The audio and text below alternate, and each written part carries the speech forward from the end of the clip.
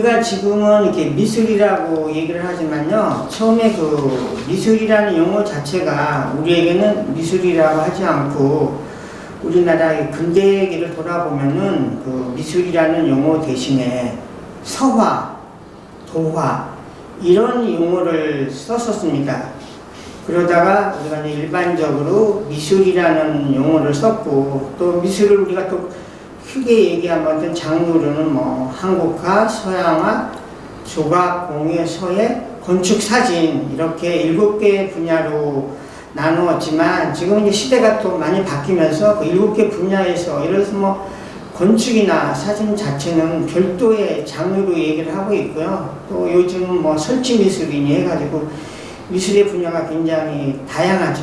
근데 우리가 결국은 미술이라는 공부, 이런 학습은 교과서를 통해서 시작을 하기 때문에 우리가 미술을 이야기할 때 그 미술 교과서가 사실 어떻게 변해왔는가 이거를 돌아본다는 것은 우리 미술사에서 굉장히 중요한 역할을 하고 있는 거죠.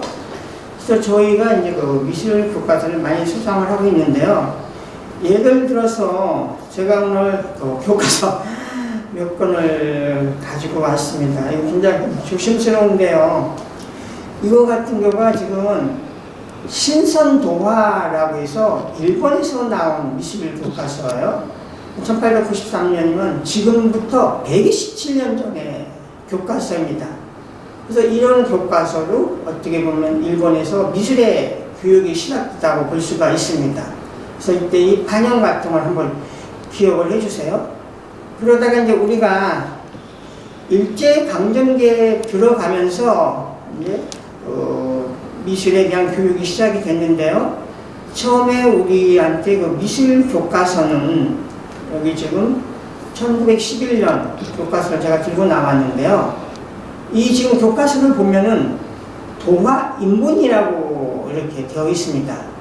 그러니까 그 미술을 인본이라고 얘기를 하는 거죠. 그 인본이라는 거는 우리가 그 임서라는 얘기 많이 들어보셨죠. 잘 쓴 글씨를 뻔떠서 잘 쓰면 그게 임서이죠. 그래서 임서로 연습을 하다가 나중에 이제 자기 고유의 어떤 글씨체가 나오는 것처럼 우리도 처음에 미술에 대한 공부를 이런 도화, 인본 여기를 이렇게 잘 넘겨서 보면은요, 이런 예를 들어서 뭐 주전자라든지 또 여기에 뭐 모자하고 지팡이, 여기 보면 우리가 보면 뭐 참새 이런 거를 보고서 잘 그리면 됐던 거죠. 그래서 이런 식으로 이제 어떤 미술 교육이 시작이 됐다고 보면 됩니다.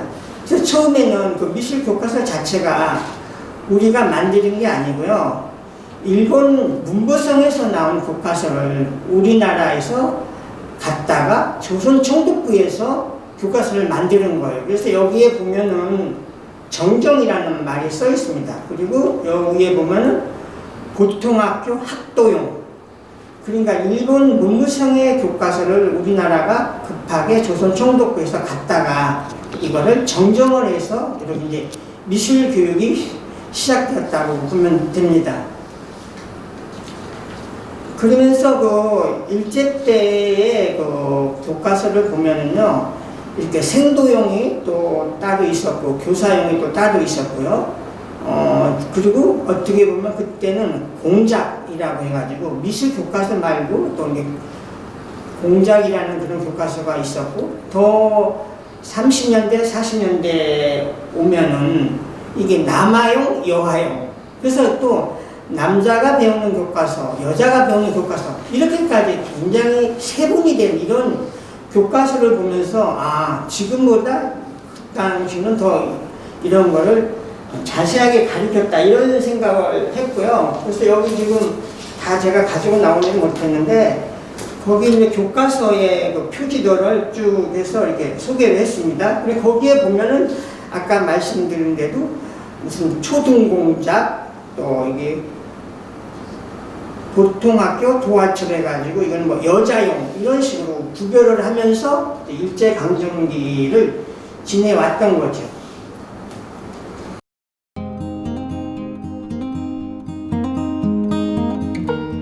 일제강점기 그때 이제 그 상황이 아까 말씀드린 대로 그 내용으로 이렇게 진행이 됐고요. 해방 이후에 이제 우리가 되면서 미술 교과서가 이제 좀 변하기 시작한 거죠. 그러면서 이게 이제 해방 이후에 나온 중등 미술인데요. 이게 굉장히 지금 많이 이렇게 오래돼서 지금 이렇게 됐는데요. 이거는 4283년이니까 1950년도 단기로 나온 건데 서기로 하면 1950년에 나온 중등 미술이에요. 그 재미있는 거는 이게 문화교육출판사라는 곳에서 나왔는데요. 우리가 그 문화교육출판사를 우리가 기억을 해야 됩니다. 이거는 그 나중에 판화가로 활동한 판화가 이양성 선생님이 문화교육출판사를 만들어서 미술교과서를 만들었고요. 그분이 57년도에는 신미술이라는 잡지까지 참가를 했어요. 그리고 나중에 서양미술 전집을 만들었고, 그래서 우리가 그 이양성이라는 그 서양화가 판화가하고 또 문화교육출판사라는 거를 우리가 꼭 기억을 해야 됩니다. 그래서 그 당시에 이 중등미술 이 교과서를 보면은 이게 이제 미술교재연구회라는 데에서 이렇게 나왔고요. 여기에 들어가서 보면은 지금 이제 그 주전자의 그림인데 이런 뭐 명암을 넣는 거라든지 이런 것들이 지금 가르쳐져 있고요. 지금 꽃에 어떤 색채를 넣는 거 이런 것들이 이 교과서를 통해서 했고요. 여기 보면 일종의 지금으로 얘기하면 도안이죠. 이런 꽃에 이런 거를 넣어서 여기에 또 색깔을 칠하고 이런 것들이 이제 교육으로 이루어졌습니다. 여기 보면 우리가 육모정이라고 할까요? 이런 정자 그리고 옆에 또 그 당시 호랑이 이런 것들을 교과서에서 했고요. 여기 지금 나무에 대한 스케치 그리고 매화를 그리는 거 이런 것들이 이제 그림의 하나의 본보기로 이렇게 그려져 있었습니다. 그래서 1950년에 미술 교과서이고요. 그리고 그 다음에 이제 미술 교과서 이게 지금 초등학교 교과서인데요. 이것을 우리가 재미있게 생각하고 또 기억해야 될 것 같아요. 이 판형이 지금 일제강점기 때 그 판형을 그대로 우리가 이 50년대라든지 60년대까지 그 판형을 우리나라에서는 미술교과서에 그걸 그대로 유지를 했었던 거죠. 그래서 이 당시 이게 보면 지금 미술인데요. 이게 초등학교 3학년. 그 당시에는 우리가 이제 국민학교 3학년이죠. 국민학교 3학년들이 배웠던 이런 교과서예요. 그래서 여기 쭉 들여다보면은 지금 이웃집을 그린다든지 이런 것들이 이제 하나의 그림의 본보기 또 우리가 얘기하는 남자 옷, 여자 옷을 만드는 방법 이런 것들이 여기에 이렇게 쭉 이렇게 소개가 됐죠. 그래서 또 찰흙으로 공작을 만든다든지 이런 것들로 해서 했습니다. 아마 이런 걸 보면 연세 드신 어른들도 내가 그 전에 배웠던 미술교과서구나 이런 기억들을 하실 것 같습니다. 80년대 되면서 미술교과서들이 이렇게 판형이 커지고 있는데요. 아까 말씀드린 대로 미술교과서가 시대와 함께 간다고 했는데 이 교과서를 보면 중학교 미술이고요. 서울대학교 미술대학에서 만드는 건데 그 70년대 초에 경주에 천마총이 발견이 되면서 굉장히 사회적으로 이슈화가 됐었던 거죠. 그렇기 때문에 그 교과서의 표지를 경주에서 발견된 천마총, 벽화 이런 거를 교과서에 끌어들였고요. 여기에 또 참여하는 그 교과서 편제자들이 이래서 박서보라든지 김한기라든지 이런 또 유명한 화가들이 또 교과서의 편저자로 참여를 했기 때문에 또 그런 것도 살펴보는 것이 굉장히 중요하다고 생각을 합니다. 그 위에 막 이제 2000년대 들었으면서 우리가 너무나 잘 아는 국립현대미술관 과천의 다다익선이 설치가 됐었죠. 그러다 보니까 백남준의 다다익선 이런 것이 교과서 표지에 나오는 거죠. 그래서 이거 중학교 2학년 미술교과서고요. 여기에 보면은 노부자라든지 이 오미숙이라든지 이런 여기 참여한 이런 교과서 편저자가 나오는 그래서 결국은 미술교과서라는 것이 어떤 시대의 반영이고 시대에 함께 간다는 것을 더 말씀드릴 수가 있을 것 같습니다.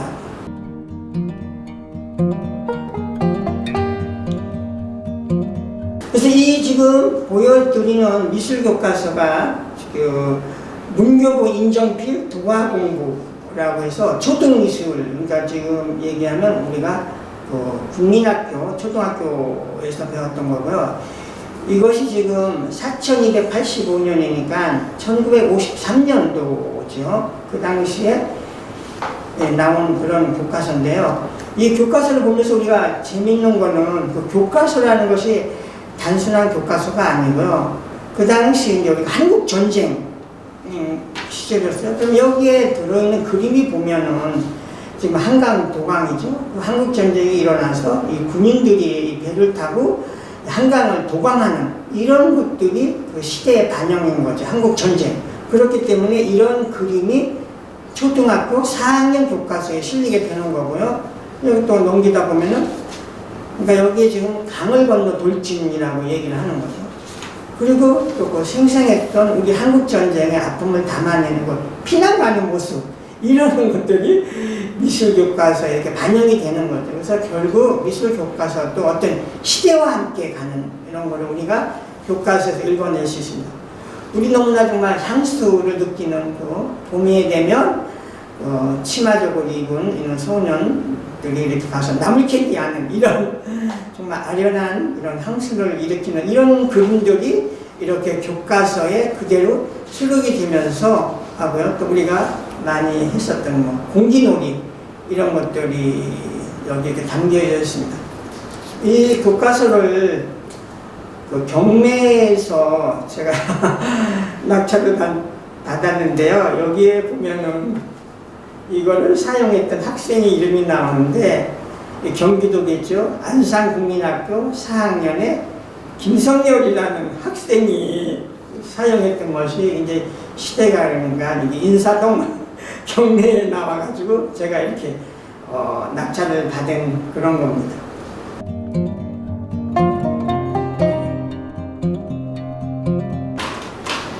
지금 저희 미술 교과서는 저희 이제 많은 소장품 중에서 하나의 카테고리로서 굉장히 중요한 거를 차지하고 있는데요. 저희가 이제 미술 교과서라고는 하지만 그 내용을 들여다보면 미술 교과서가 있고요. 그 다음에 교사용 지도서, 또 아까 얘기했던 공작, 어떤 뭐 서예, 붓글씨죠, 대상교본, 미술 시험 문제집 해서 그 미술하고 관련된 것이 이번에 파악을 해보니까 한 340여 종이 되고요. 그걸 또 시대별로 이렇게 저희가 이번에 꼼꼼하게 분류를 했는데 일제강점기 시대 것이 33종이 있고요.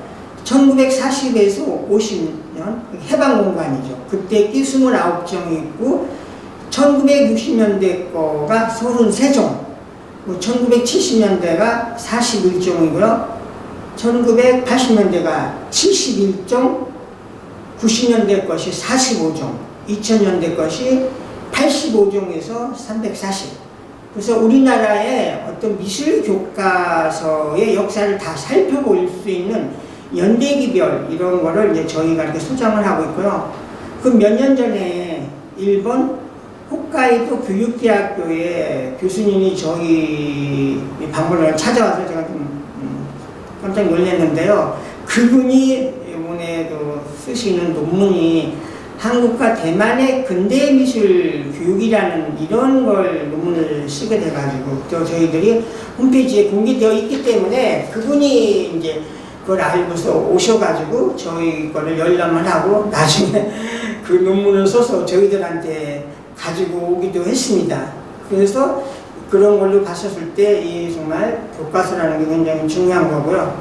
또 그걸 가지고 저희가 2011년에 한국 근현대 미술 교육 자료전이라는 걸 저희 박물관에서 했고요. 2014년에 한국 근현대 미술 교과서를 이런 전시를 했습니다. 근데 그때 마침 교과서 파동하고 맞물려 가지고요. 저희가 그때 홍익대학교 부근에 박물관이 있었던 시절인데요. 굉장히 많은 사람들이 왔죠. 미술계뿐만이 아니라 뭐 교육대학원 학생들, 또 교육 파트. 그래서 그 당시 저희가 만들었던 두만 팸플렛이 다 정말 품절이 될 정도였었고, 그 이후에 이것이 창원에 있는 경남 도립미술관에서 순회전을 했습니다. 그래서 굉장히 큰 사회적인 파장을 일으켰었던 그런 전시를 가지고 있었고요. 그리고 그 이후에 월간미술 2015년 11월로 해서 미술교과서에 어제와 오늘에서 저희 교과서가 60여 종이 소개가 됐고요. 또 가장 최근에는 신동아 5호로의 그 덕후 사진관이라고 해서 어떤 시리즈별로 이걸 소개하는데, 거기에 제가 수집한 미술교과서 25종을 이렇게 수록을 했습니다. 그래서 이걸 가지고 있어서 뿐만 아니라 이렇게 필요한 곳에 연구자라든지 이런 분들한테 또 제공을 하고, 또 우리가 그거를 통해서 미술교육의 변화 과정 이런 것들을 읽어내면서 미술교과서가 어떤 또 우리 미술사 공부의 역사의 하나의 큰 아카이브 자료로 활용됐다고 보시면 되겠습니다.